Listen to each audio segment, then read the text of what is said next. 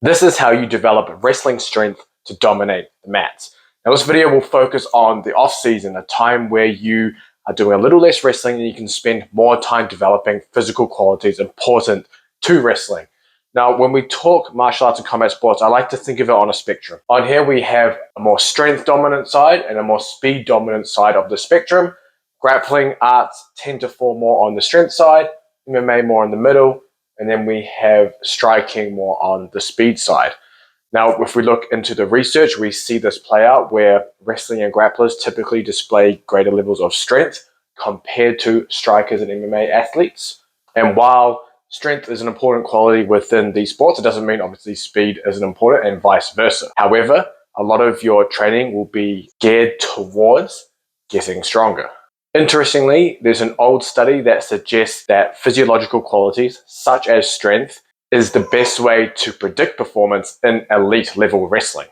Now, I won't go as far to say that being stronger means you're going to win matches. Obviously, there is a lot of technical and tactical aspects to the sport, but being stronger will help your game. And I'm going to show you how you can detail your training during an off-season period. So the best way to decipher whether a quality is important to a sport's success is comparing elite versus non-elite athletes within that sport.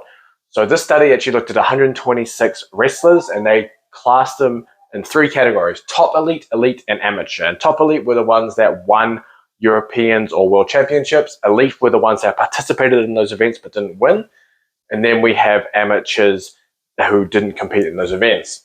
And from their testing, we see that the elite wrestlers had greater lower body average and peak power during 30-second maximal cycling or wing gait tests.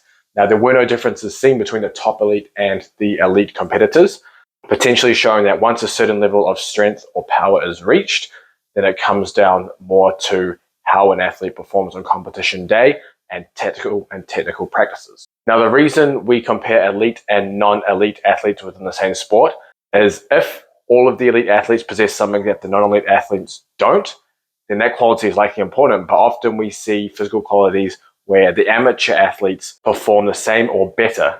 And that tells us that these athletes are not the best at the sport. So this quality probably isn't as important. Obviously, in this case, we see that lower body average and peak power is likely an important variable for wrestling success. When we dive further into the research, into some case studies, we see a study testing a 4-time Iranian Greco-Roman champion. And what they found was he could perform 30% more pull-ups, 8% more sit-ups, and had a bigger back squat than their national norm standards. However, they found that bench press was below the national norm standards, potentially indicating that upper body pressing strength isn't as important as upper body pulling strength and lower body strength and power. Now, when we dive further into these studies as well, we look at juniors, elite level juniors in Iran. They have strength standards or an average in the squad of around 1.9 times bodyweight squat and a 1.4 times bodyweight bench press.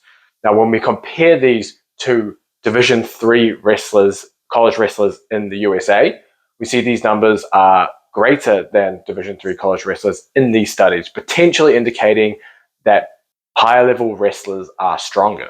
In another cohort of elite junior wrestlers, we look at the Turkish wrestling junior team. They were selected for the World Championships.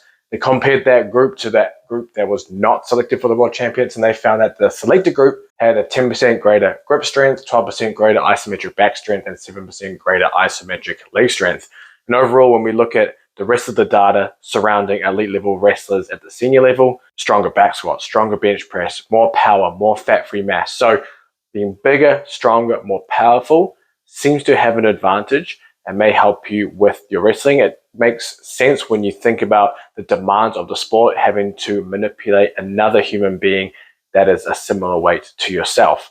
Now, I'm going to dive into some of my favorite exercises to develop these qualities that can transfer to your wrestling.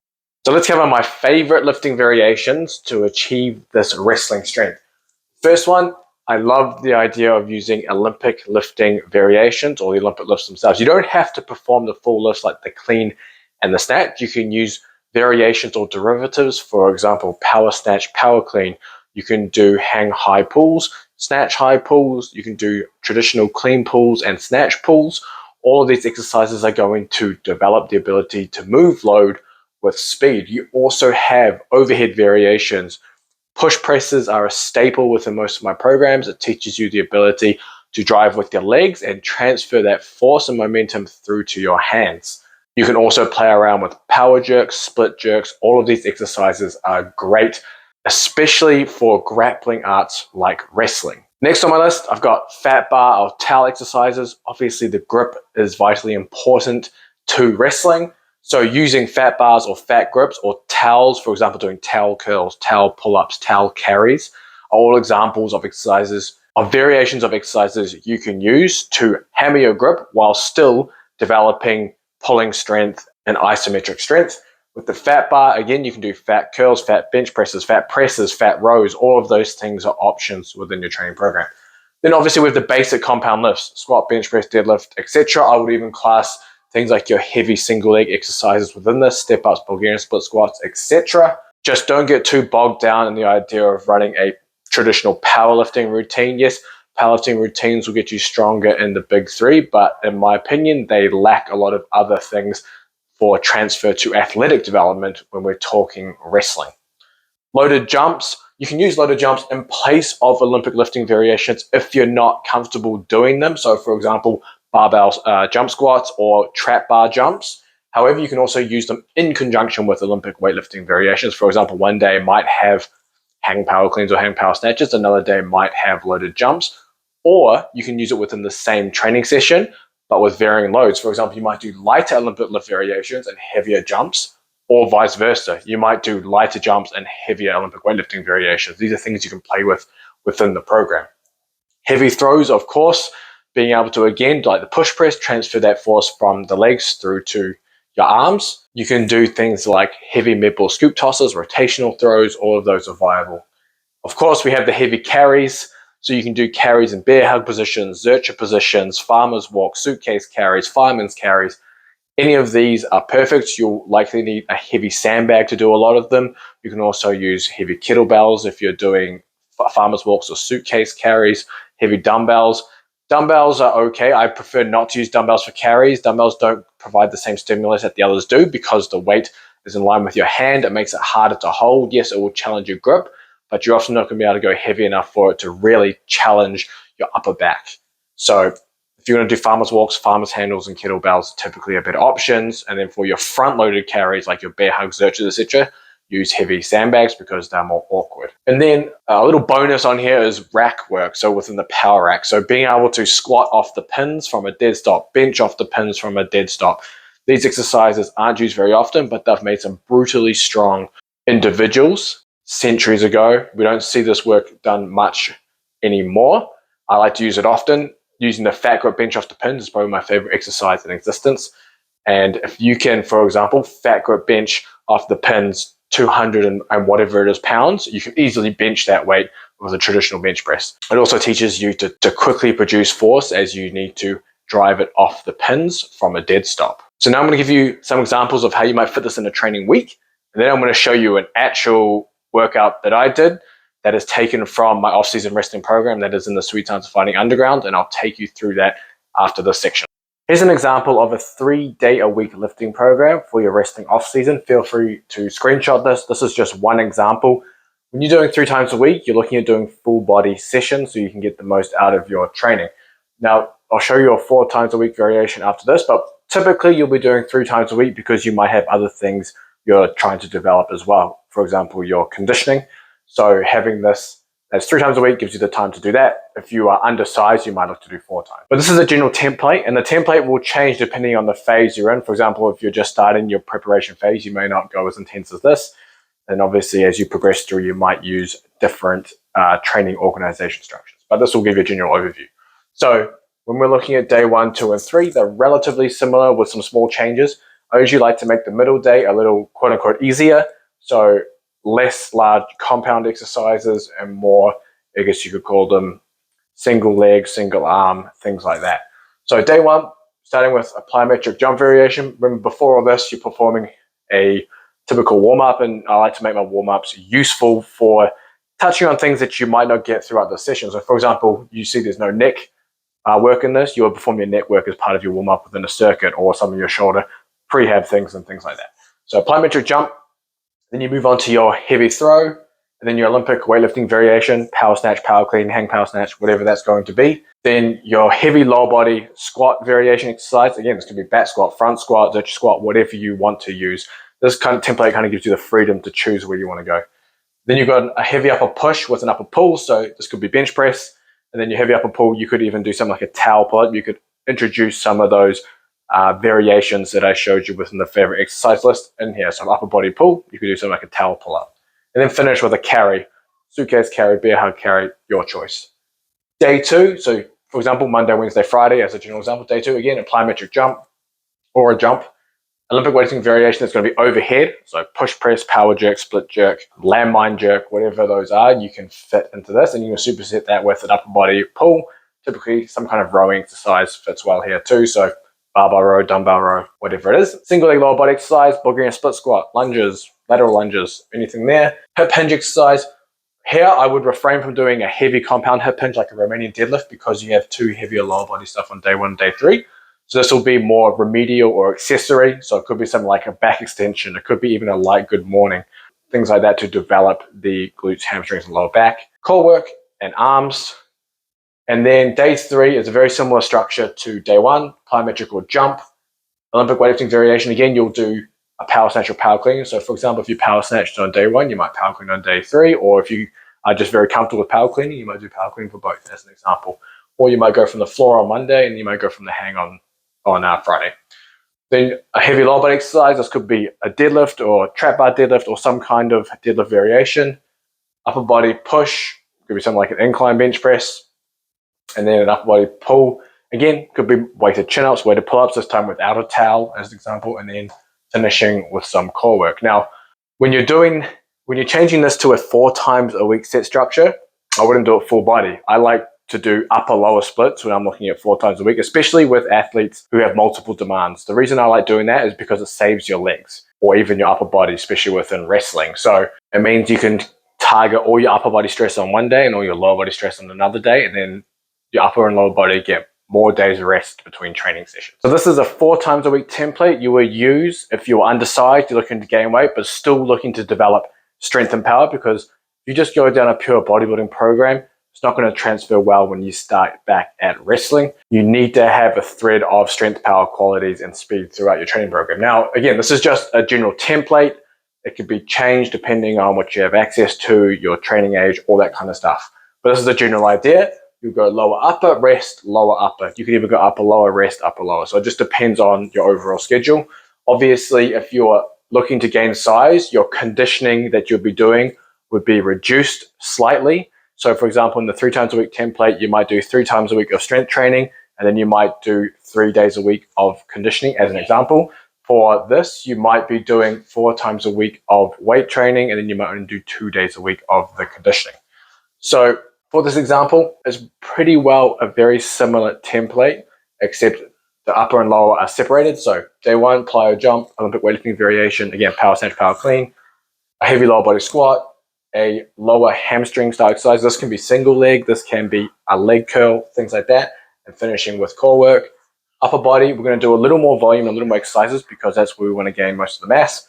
So some kind of throw, heavy throw, upper body push and upper body pull is your main exercises. Again, could be that bench press and the towel pull up. These are supersetted, but they don't have to be. I just made them supersetted in this example. If you have more time, you can do them separately. An accessory push and pull, this could be some kind of dumbbell work, could be dumbbell bench, this could be dumbbell row, things like that, and then finishing with some arms. And then we follow the same template for the last 2 days, but we just make some small modifications. So our next lower day, we're going to focus on a deadlift pattern for our main lower body movement, trap bar deadlift, Romanian deadlift, any of those. A single leg squat variation, could be a lunge, Bulgarian split squat, etc. And then finishing with a carry. And then finally, last upper body day, we just switch the order of doing, we're doing Olympic lift first, overhead though, push, press, power jerk, etc. Then we're going to do the upper body pull first in the superset. So this could be a barbell row, and then upper body push could be an incline bench. As an example, same thing, accessory pull and push, and finishing with arms. So that's the general template you can use if you're looking to gain size in the off season. But now I'm going to take you through one of the workouts within the off season wrestling program in the Sweet Science of Fighting Underground. I'm going to voice over that from the training that I did so you can see some of these principles in action. So let me preface this by saying this is phase 3 in the weightlifting program, and that means it can be a little more intense if you're not prepared. So making sure that you are prepared for more intense work is very important. But just to show you, I'm showing you some of the sets that I was doing for this program. So the first thing that I did was some neck work to warm up. So within the warm up, as I mentioned, I like to do some circuits. You can pair doing neck work with things like lower body dynamic stretching, mobility drills, all that kind of stuff. The reason it's nice to do it on a circuit, it gets you warm, gets the heart rate up, and kind of just gets you moving and ready to train. You can also address things that you might not touch within the training program. If you're training 3 times a week, you might only have a certain amount of time to hit different exercises. So for example, if you don't usually do a lot of rowing movement or rear delt shoulder movement, you can touch on those in your warm-up because it's easy. Same thing with the neck. You could do the same thing with some hamstring exercise, even the calves, things like that will prepare you for the session, but will also develop and touch on points that you don't get to touch on within your training.